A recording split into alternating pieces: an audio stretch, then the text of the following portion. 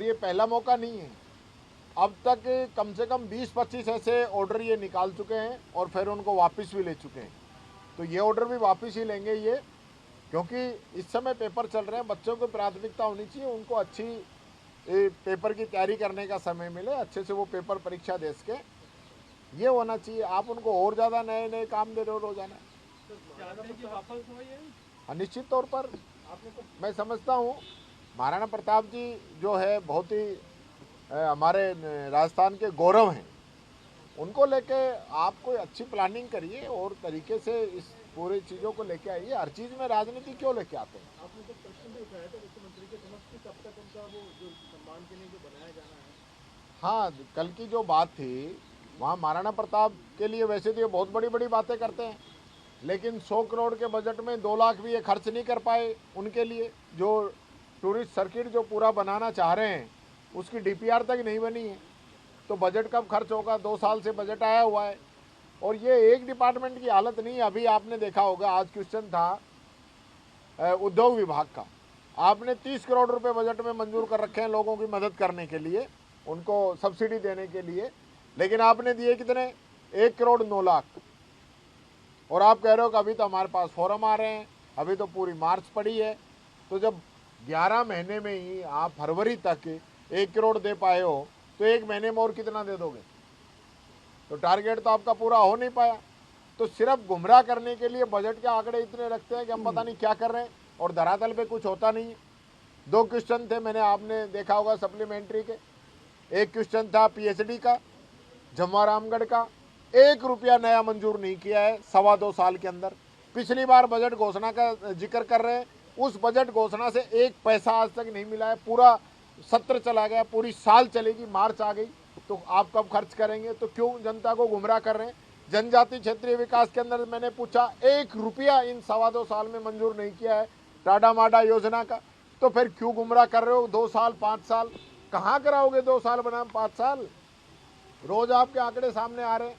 और अब मैं सबसे महत्वपूर्ण विषय जो आप लोगों के सामने लाना चाहूँगा, अभी मेरे साथ हमारे रेवदर से आने वाले विधायक हैं, इनके क्षेत्र के अंदर 3 समाज थे, एससी समाज, मेघवाल समाज, मीणा समाज, चौधरी समाज। उनके आवास छात्रावास के लिए हमारी सरकार ने ज़मीन आवंटन की थी, आपने 6 माह के फैसले में रखे उन ज़मीनों को कैंसिल कर दिया। क्यों भाई?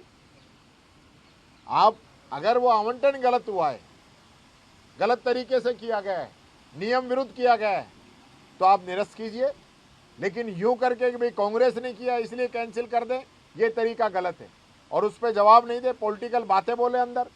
इस विधानसभा को अपने प्रचार का माध्यम बनाना चाहते हैं लोग। ये पवित्र सदन है, यहाँ राजस्थान की जनता की बात होनी चाहिए।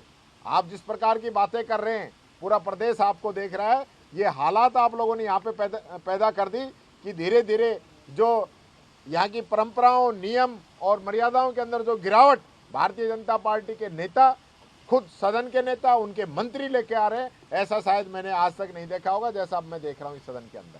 सर, आपने खुलासा करने के आज जिस प्रकार से पूरे प्रदेश के अंदर रोडवेज बसों का चक्का जाम है, जो प्राइवेट निजी ऑपरेटर हैं उनका, और ये सारी बसें जो है वो अधिकारियों के तांडव की वजह से, अधिकारी भी 1-2 ही लोग हैं, उन लोगों ने पूरे सिस्टम पे कब्जा किया हुआ है और उनकी वजह से बस संचालकों पर ज़बरदस्ती का प्रेशर बनाया जा रहा है, उनके चालान काटे जा रहे हैं, बसों को सीज किया जा रहा है।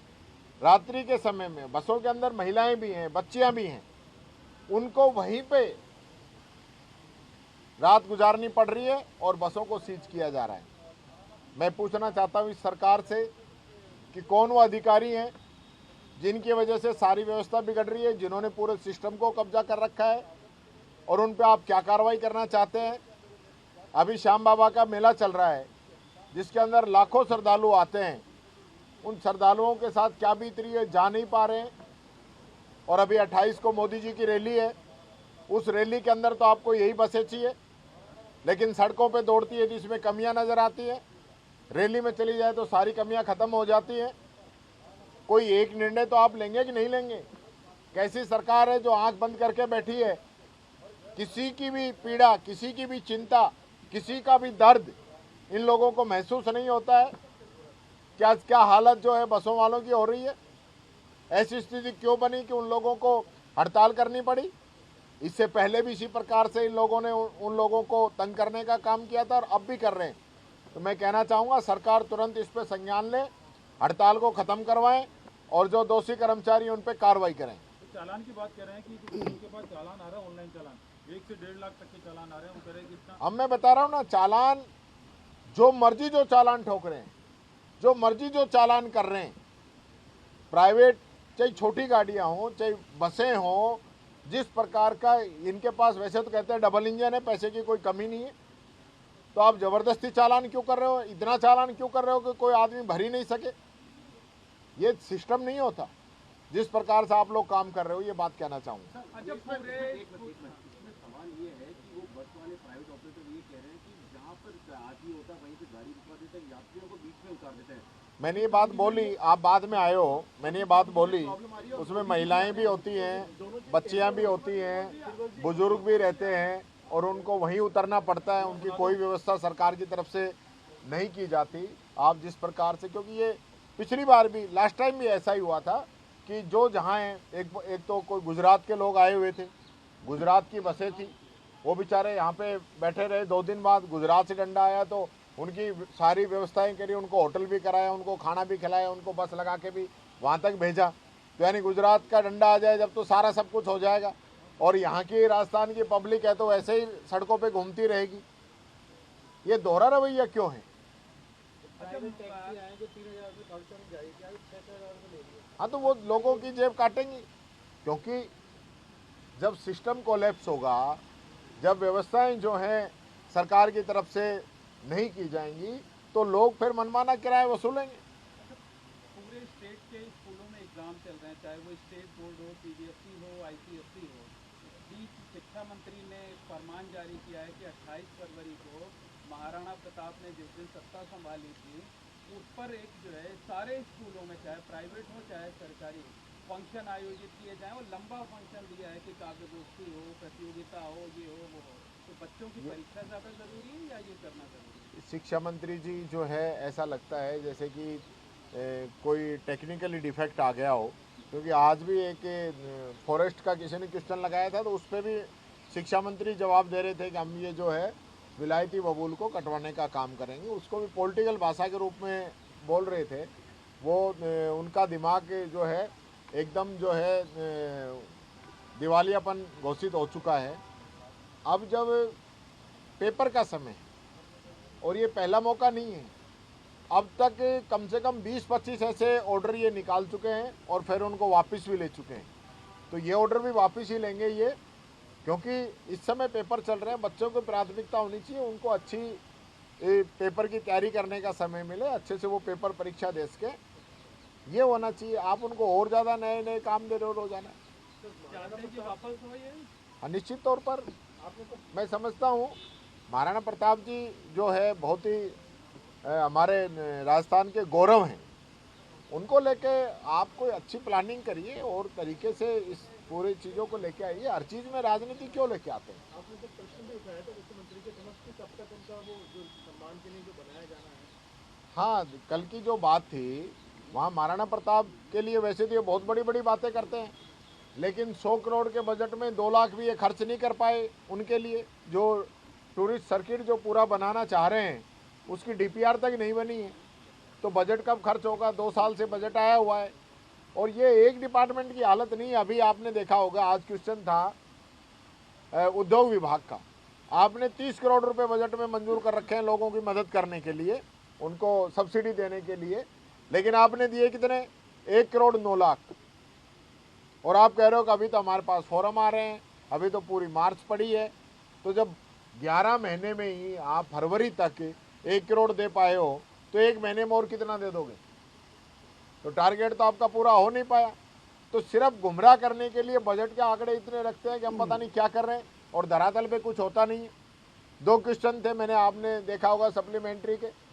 एक क्वेश्चन था पीएचडी का, जम्वा रामगढ़ का, 1 रुपया नया मंजूर नहीं किया है 2.25 साल के अंदर।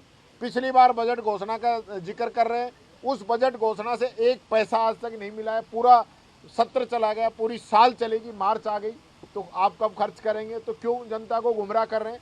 जनजाति क्षेत्रीय विकास के अंदर मैंने पूछा, 1 रुपया इन 2.25 साल में मंजूर नहीं किया है टाडा माडा योजना का, तो फिर क्यों गुमराह कर रहे हो? 2 साल 5 साल कहाँ कराओगे? 2 साल बनाम 5 साल? रोज आपके आंकड़े सामने आ रहे हैं। और अब मैं सबसे महत्वपूर्ण विषय जो आप लोगों के सामने लाना चाहूँगा, अभी मेरे साथ हमारे रेवदर से आने वाले विधायक हैं, इनके क्षेत्र के अंदर 3 समाज थे, एससी समाज, मेघवाल समाज, मीणा समाज, चौधरी समाज। उनके आवास, छात्रावास के लिए हमारी सरकार ने ज़मीन आवंटन की थी, आपने 6 माह के फैसले में रख के उन ज़मीनों को कैंसिल कर दिया। क्यों भाई? आप अगर वो आवंटन गलत हुआ है, गलत तरीके से किया गया है, नियम विरुद्ध किया गया है, तो आप निरस्त कीजिए।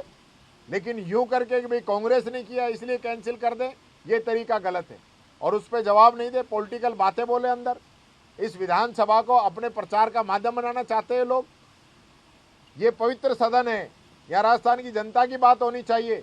आप जिस प्रकार की बातें कर रहे हैं, पूरा प्रदेश आपको देख रहा है। ये हालात आप लोगों ने यहाँ पे पैदा कर दी कि धीरे धीरे जो यहाँ की परंपराओं, नियम और मर्यादाओं के अंदर जो गिरावट भारतीय जनता पार्टी के नेता, खुद सदन के नेता, उनके मंत्री लेके आ रहे हैं, ऐसा शायद मैंने आज तक नहीं देखा होगा जैसा अब मैं देख रहा हूँ इस सदन के अंदर। सर, आपने खुलासा करने की बात की थी उदयपुर फाइल्स पर, करेंगे तो अभी 27 का कहा था, रोज ही पूछते हो।